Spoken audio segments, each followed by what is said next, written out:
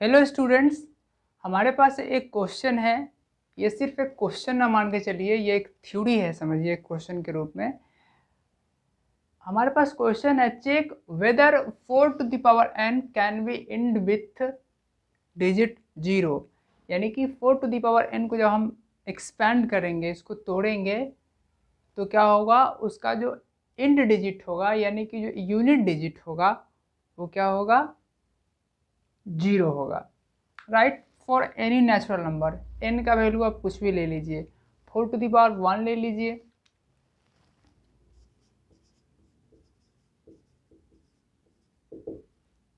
4 to the power n है, n की जगह पे कुछ भी ले लीजिए, 1 लीजिए, 2 लीजिए, 3 लीजिए, 4 लीजिए, कुछ भी लीजिए। जब इसको हम तोड़ेंगे, जैसे 4 टू द पावर 1 होता तो 4 ही हो गया, 4 टू द पावर 2 होता तो 4 जा 16 हो जाता, 4 टू द पावर अगर 3 होता तो 4 जा 16, 4 जा 64। तो n की जगह पे कोई भी नेचुरल नंबर अगर लेते हैं तो उसके लास्ट में क्या होगा, 0 होगा। इस बात को प्रूफ करना है। वैसे आप कुछ एग्जाम्पल इसको दे सकते हैं, जैसे n का वैल्यू 1 रख करके, 2 रख करके, 3 रख करके, 4 रख करके आप चेक कर सकते हैं कि इसके लास्ट में जब इसको हम तोड़ते हैं, पावर को जब हम तोड़ते हैं, तो जो नंबर बनता है उसके लास्ट डिजिट यानी कि एंड डिजिट जो है, जो यूनिट डिजिट है, वो 0 है ही नहीं, आप चेक कर सकते हैं। लेकिन हमें अगर इस बात को प्रूफ करना हो तो एक तो एग्जाम्पल के थ्रू प्रूफ कर सकते हैं, दूसरा हमारे पास एक क्लू है। क्या है कि इसके लास्ट में 0 होना चाहिए। ठीक है, अगर किसी नंबर के लास्ट में 0 है, इसका मीनिंग क्या हुआ कि वह 10 का, एटलीस्ट 10 का वो मल्टीपल तो होगा ही। अगर किसी नंबर के लास्ट में जैसे 50 है, इसके लास्ट में 0 है, यानी कि यह 10 का मल्टीपल तो है ही। अगर 70 है तो भी क्या है, यह 10 का मल्टीपल तो है ही। अब आप समझ सकते हैं कि अगर किसी नंबर में 10 फैक्टर अगर है तो 10 फैक्टर है यानी कि डेफिनेटली क्या है, 2 और 5 यहाँ पे अवेलेबल होगा ही होगा। ठीक है, तो कोई नंबर में कि लास्ट में एक 0 हो सकता है, 2 0 हो सकता है, यानी कि कितना भी 0 हो जाए, कम से कम अगर एक 0 होना है तो उसका एक फैक्टर 10 होना ही होगा। अगर एक फैक्टर 10 है तो यानी कि 2 और 5 ये दो प्राइम नंबर उसमें होगा ही होगा। यानी कि किसी भी नंबर के लास्ट में अगर एक 0 है तो उसके 2 एंड 5 दो प्राइम फैक्टर डेफिनेटली होनी चाहिए। राइट, यानी कि अगर हम इस बात को प्रूफ कर दे कि 4 टू द पावर n जो है, राइट, वैसे इसमें चेक करना है कि 4 टू द पावर n के लास्ट में 0 हुआ कि नहीं, चेक वेदर, इसको चेक करना है। राइट, तो अब क्या है कि अगर इसके जो प्राइम फैक्टर्स होंगे उसमें अगर 2 एंड 5 कम से कम अगर एक बार उसमें अगर अवेलेबल है तो डेफिनेटली उसके लास्ट में 0 तो हो ही जाएगा। तो इसी बात को हमको चेक करके बताना है। और अगर लास्ट में 0 आना है तो इसमें 2 और 5, 2 एंड 5 फैक्टर होना ही चाहिए। अगर नहीं है तो लास्ट में 0 नहीं हो सकता। ठीक है, तो आप इसको कैसे लिख सकते हैं।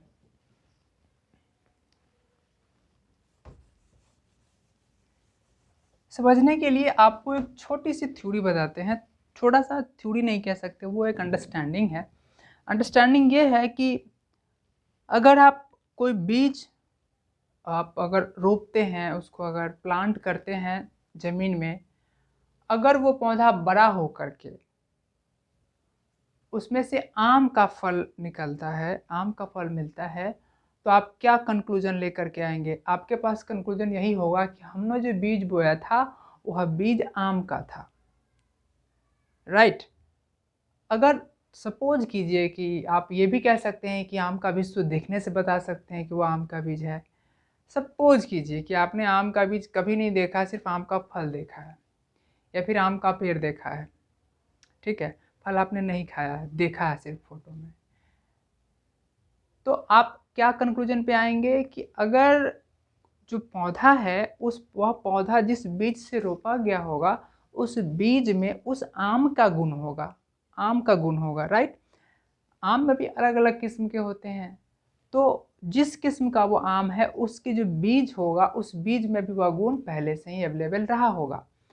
आम का बीज से कटहल का पेड़ नहीं हो सकता है, क्योंकि उस बीज में तो आम का डीएनए है, आम का गुण है, प्रॉपर्टीज है, तो वह कटहल का पौधा नहीं हो सकता है।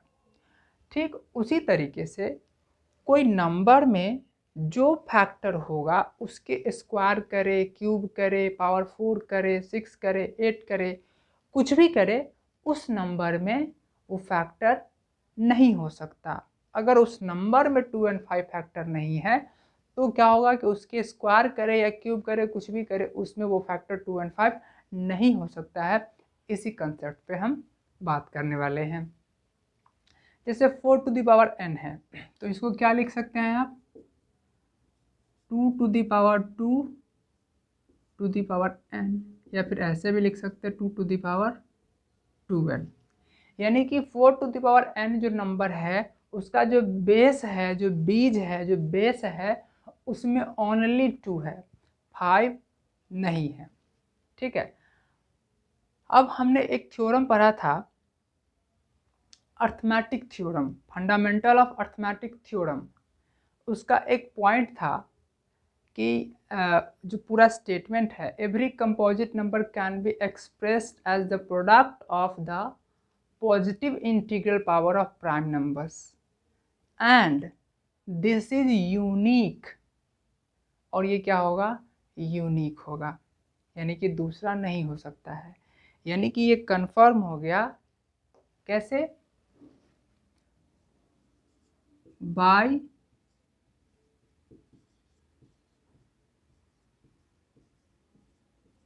यूनिकनेस ऑफ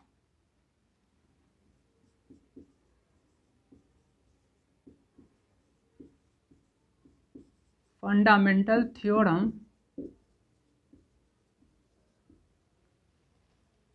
there is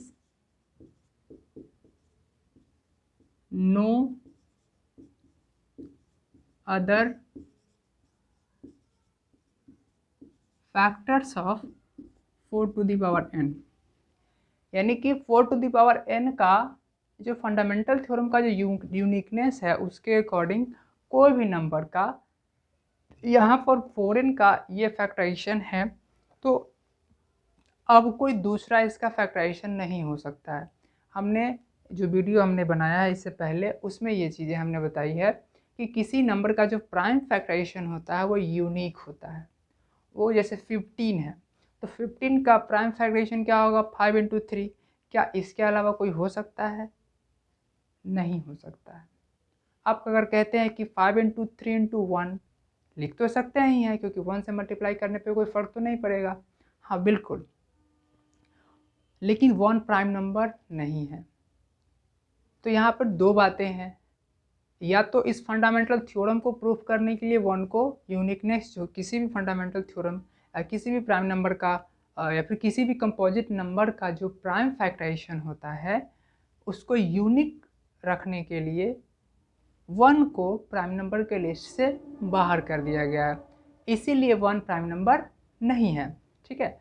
यानी कि किसी भी कंपोजिट नंबर को यूनिकली एक्सप्रेस्ड किया जाता है in the form of positive integral power of prime numbers. तो 4 टू द पावर n का जो फैक्टराइजेशन होगा इससे अलग नहीं हो सकता है, ये यूनिक है, इसके अलावा दूसरा नहीं हो सकता। अब देखिए, अभी हमने बात किया कि किसी नंबर के बेस में, बीज में अगर जो जो प्राइम नंबर होगा उसके पावर करेंगे, 2 पावर करे, 3 पावर करे, उसमें भी वो फैक्टर होगा ही होगा। तो यहाँ पर क्या है, ओनली 2 है, और 10 होने के लिए उसमें at least 1 time 2 and 5 prime number factors should be available. उसमें 2 and 5 कम से कम एक बार प्रोडक्ट के फॉर्म में होना चाहिए, जो कि यहाँ नहीं है। तो हम कह सकते हैं since there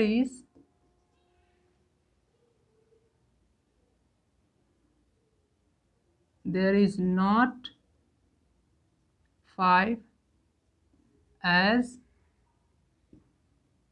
as a factor of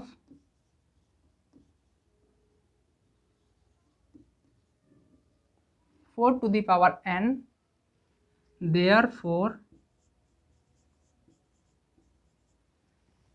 4 to the power n cannot be end with digit 0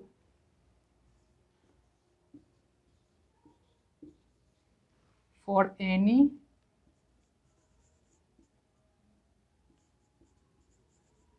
natural number n, right. अगर इसी क्वेश्चन को बदल दिया जाए, अगर राइट अगर ये कह दिया जाए कि 4 to the power n whether check whether 4 to the power n can be end with digit 5, क्या इसके लास्ट में 5 हो सकता है?